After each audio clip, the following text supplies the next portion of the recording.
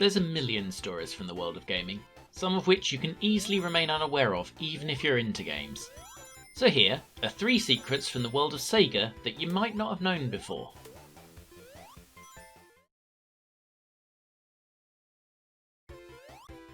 Sonic Spinball we've covered before on this channel, and if you saw episode 3 of Yesterzine, you'll know I think it was criminally underrated on Mega Drive, and unfairly judged by people who were, understandably, expecting the originally planned Sonic 3 to be released instead. A delay in that game, and indeed its ultimate splitting into 2 separate games, left Sega in desperate need of a Sonic title for Christmas 1993, and Sonic Spinball was thrown together in record time by the Sega Technical Institute. You may know it, and if I play you the intro straight off this UK Mega Drive 2, it'll probably be immediately familiar.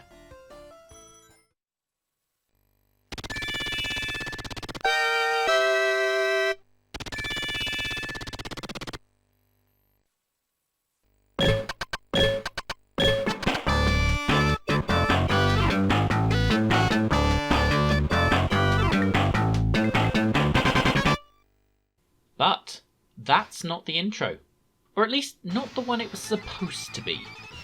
As the game went for production, it sounded like this.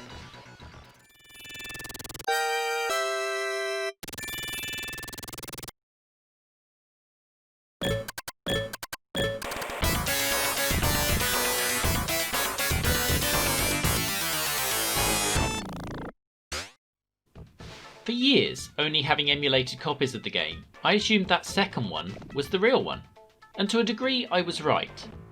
After all, that is clearly the classic Sonic the Hedgehog theme tune going on there, so why the replacement? Well, here's the thing. Sega don't actually own the rights to the Sonic the Hedgehog theme tune. Sega Technical Institute didn't know this, and only found out when Sonic Team lead designer Hirokazu Yasuhara popped in to join the team for their party to celebrate sending the game for manufacture. The reason being that the soundtracks for Sonic 1 and 2 were made by a Japanese band by the English language name of Dreams Come True, and more specifically their bass player, Masato Nakamura. Nakamura-san had composed almost all the music for the first 2 Sonic games, and indeed had been lined up to do the same for Sonic 3. The rights to the Sonic theme in all this had been retained by Dreams Come True. So why not just get him to pass the original Spinball theme? Well, information is thin on the ground, but it's likely to be a combination of 2 things. Firstly, licensing takes time, and as mentioned, the game was already literally in the queue at the factory by this point. Secondly, relations between Sega and Nakamura were not great. It was around this time he left the Sonic 3 project in a dispute over money, and his themes have made only fleeting appearances in Sega games to this day, most notably a remix of Sonic 2's ending theme in Sonic 2006, so no one heard it. There's no guarantee negotiations to use the original Sonic theme would have been quick or cheap, and the production deadline for Christmas was already very much on them. For a game already essentially made in a state of constant panic, I imagine this did not increase the morale in the office any. Thankfully, STI lead composer Howard Drossin was present. According to the game's designer, Peter Moravec, talking to Retro Gamer years later, Drossin was able to throw together the new version of the theme in 2 hours. And stylistically, it's a winner, keeping just enough legally distinct from the Sonic theme to sound Sonic, but while being litigation-proof. So 11th hour was this that apparently the first run of carts did sneak out in tiny numbers with the original theme in. I've no idea if this is true, or if it includes any European copies. Certainly the version I have as a rip must have come from somewhere. You'll find it in most ROM collections simply badged as alternate music. As you heard, my later purchased cartridge version though does have Drossin's theme.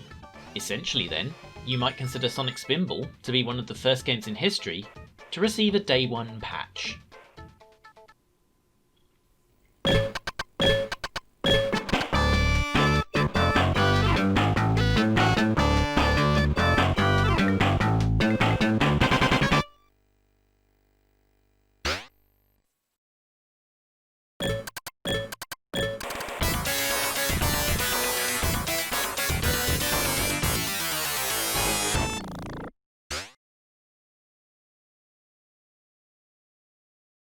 There's been plenty of hardware bundles with free games over the years. There's barely a mainstream games machine of any type that hasn't had, either at or after release, healthy support for such an idea. Bundling carts, discs, or in later years download codes for a popular game with your new console purchase. The Amiga Cartoon Classics pack is an all-time icon. Everyone remembers the SNES packs with Street Fighter 2, and of course the Mega Drive box with Sonic on is so iconic most people forget it wasn't the first game the Mega Drive came with, originally being bundled with Altered Beast, for which my fandom is about on the level with my fandom for being on the receiving end of a tear gas attack. The Sega Master System, king of consoles, went one better by saving you the problem of even putting a cartridge in. The Master System 1 got the iconic Alex Kidd in Miracle World on the entry-level units, and the fancier Master System Plus with its bundled light gun got a double pack with the fabulous arcade conversion of bike game Hang On, and perfectly acceptable light gun game Safari Hunt. Moving on to the Master System 2. Early models got Alex Kidd again, and then, like the Mega Drive, Sega started bundling Sonic. This does lead to the cartridge version of Alex Kidd in Miracle World being weirdly rare, since by the time it wasn't built into the vast majority of Master Systems, it was a 5-year-old game that no one wanted. Not all Master System machines advertised a built-in game though. Here's what happens when you plug my lovely 1986 first run Master System in and flick the switch in an exciting Yesterzine real hardware capture.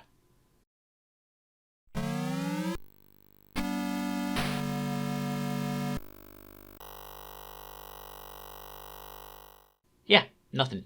Just a very polite message asking you to put in a game if you want to play a game.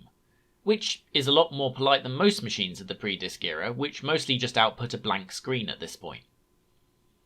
Points again to the greatest of all retro machines then. But we're not finished there. Because, my friends, all Master Systems have a built-in game. All of them. Good guy Sega won't leave you hanging. If you're lucky enough to end up with one of these early Master Systems, firstly, congratulations. Secondly, take your controller and hold up, 1 and 2.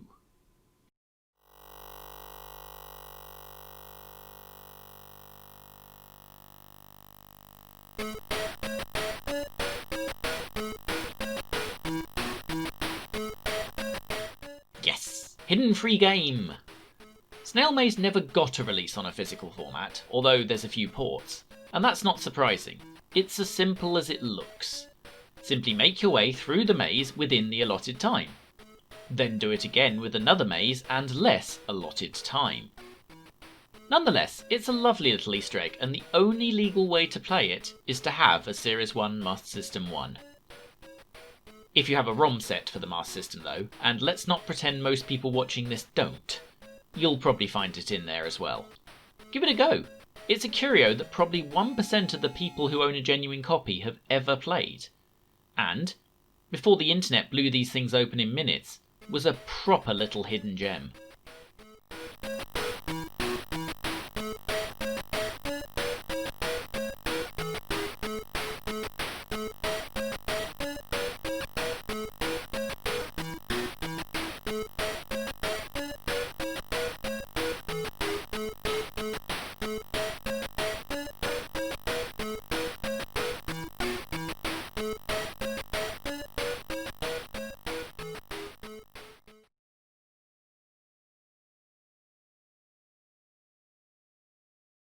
If there's one game that defined the PlayStation era, well, it's probably Ridge Racer, isn't it? Hang on, I'll come in again. If there's one game other than Ridge Racer that defined the PlayStation era, then it's Wipeout, isn't it? Let's try this again. Sega has Sonic. Nintendo has Mario. For a long period in the PS1 and early PS2 generations, the PlayStation 2 had an icon.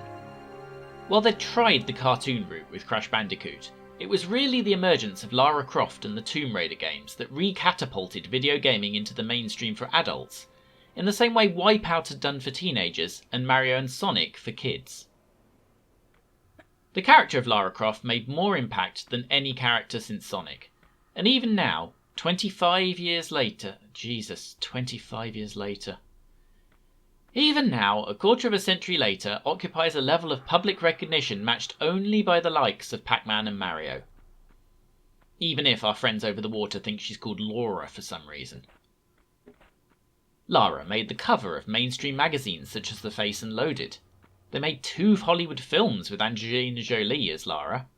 And throughout all of this initial period, Lara and the Tomb Raider brand were indelibly linked with PlayStation, and its "gaming is now cool" reputation across all 4 Tomb Raider games on the original PlayStation.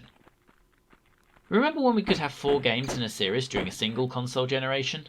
Good times. The first time a Tomb Raider game appeared on a rival console after the original PlayStation release was the 4th game's post-timed exclusive appearance on Dreamcast. And after that, you had to wait for 2006's Tomb Raider Legend. But of course you've noticed the qualifier there. You've also noticed at some point that this is a list of Sega-related stories. You see, Tomb Raider 1 was not, in fact, a PlayStation exclusive on release. Very much the opposite, in fact. Firstly, you should know this exists. In fact, in the background throughout this whole section so far, you've been watching my original copy of Tomb Raider on my actual Sega Saturn. But here's the thing. It's not just that Tomb Raider wasn't the PlayStation exclusive everyone remembers. Tomb Raider's first PlayStation release was in North America on the 14th of November 1996, with the EU release following a week later. The Saturn version you're watching now was released in the UK on the 25th of October. For 3 weeks, the only place to play Tomb Raider was on the Sega Saturn. It is both the most and least famous Sega Saturn exclusive. It didn't help, of course. Sony marketed the ever-living crap out of Tomb Raider in a way Sega failed to do, and very quickly acted to sign up the next 3 games to a PlayStation 1 exclusive deal. The rest there is history. The PlayStation is still one of the big 3 consoles, and Sega's only hardware is a Game Gear so small it can't be seen with the naked eye. But rest assured that if you have a Saturn and get hold of Tomb Raider, not only do you have a version near identical to that on PlayStation, you also have the true original, and thus the true gaming hipster's choice. If you enjoyed this video, might we recommend our flagship show Yesterzine, where we play the best and worst rated games from an issue of an old gaming magazine, and see what stories, much like these ones, are revealed in its pages. Ta-ra!